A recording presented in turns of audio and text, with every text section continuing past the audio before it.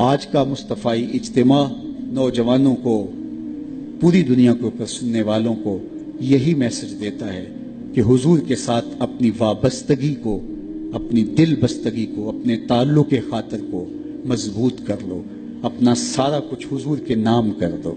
ان سے وابستگی اور ان سے الفت کا ربط و رشتہ جب قائم کر لو گے تو پھر دنیا بھی بہتر اور آخرت بھی بہتر، ورنہ یہ دنیا بھی مشکلوں، اذیتوں اور تکلیفوں سے گزرے گی اور آخرت کا حساب ابھی باقی پڑا ہے۔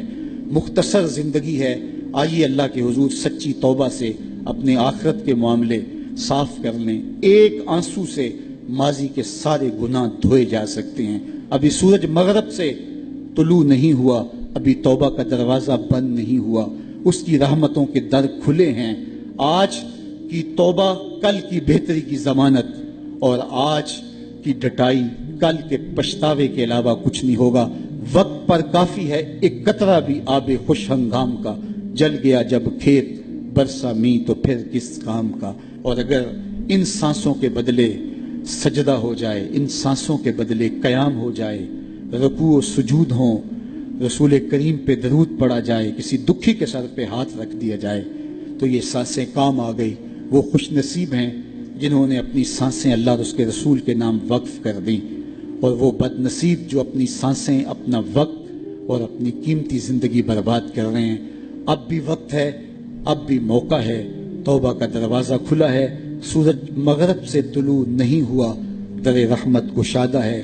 آئیے میں اور آپ اللہ کے حضور سچی توبہ سے اس کی چوکھٹ پہ حاضری دیں اور اپنے گناہوں کی معافی مانگیں۔ جس شوق و محبت سے، جس پیار کے ساتھ آپ لوگ تشریف لائے، میں آپ سب لوگوں کا شکر گزار بھی ہوں۔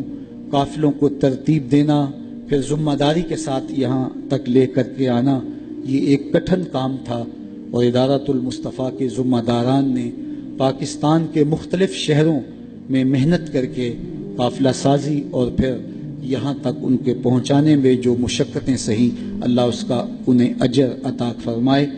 اور علماء، مشائخ، عالی مرتبت بزرگ جو لوگ تشریف لائے، میں سب کا شکر گزار ہوں، اور ادارۃ المصطفیٰ کے ان بچوں، ان کے والدین، ان کے اساتذہ اور جملہ معاونین کو مبارکباد پیش کرتا ہوں کہ یہ سند فراغت پا کے آج معاشرے کے اندر دین کی تبلیغ کے لیے اتر رہے ہیں۔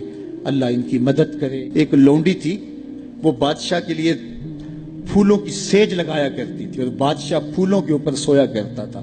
مدتیں بیت گئیں، جب سے ہوش سنبھالی یہی وظیفہ تھا، بادشاہ کے لیے پھولوں کی سیج بچا دی جاتی، بادشاہ کے اس پھولوں بھری سیج پہ استراحت کرتا۔ بوڑھی ہو گئی، ایک دن پھولوں کی سیج سجائی کہ دل میں ایسے خیال آ گیا کہ میں سیج تو سجا کے چلی جاتی ہوں اور بادشاہ آ کے لیٹ جاتا ہے، میں بھی تو دیکھوں کہ پھولوں پہ سونے کا لطف کیا ہے۔ تو وہ اپنی کمر سیدھی کرنے کے لیے پھولوں کی سیج پہ لیٹ گئی۔ سارے دن کی تھکی ہوئی تھی، آنکھ لگ گئی۔ بادشاہ وقت پہ اپنے کمرے میں داخل ہوا تو اس نے دیکھا کہ ایک لونڈی اس کی سیج پہ سوئی ہوئی ہے۔ بڑا غصہ آیا، بادشاہوں کی غیرت ہوتی ہے، اس غیرت کی وجہ سے اس نے جلاد کو بلایا، اسے اٹھاؤ، الٹا لٹکاؤ اور اتنا مارو کہ اس کی جان نکل جائے، باقی لونڈیوں غلاموں کو پتہ چل جائے کہ بادشاہوں کی سیج کتنی مقدس ہوتی ہے۔ اس لونڈی کو وہاں سے دبوچا گیا، الٹا لٹکا دیا گیا، اور جلاد کوڑے مارنے لگا۔ وہ روتی، چیختی، چلاتی، اچانک روتے روتے اس نے ہنسنا شروع کر دیا۔ جب وہ ہنسی نہ تو بادشاہ نے جلاد سے کہا رکو، اور اسے پوچھو روتی کیوں تھی، اور اسے یہ پوچھو کہ ہنستی کیوں ہے۔ تو جلاد نے کہا کہ کیوں روتی تھی؟ اس نے کہا جب کوڑا لگتا تھا تو جان نکلنے کو آتی تھی، میں روتی نہ تو اور کیا کرتی۔ کہا یہ بات تو میری سمجھ میں بھی ہے، لیکن یہ بات سمجھ میں نہیں، تو ہنستی کیوں ہے؟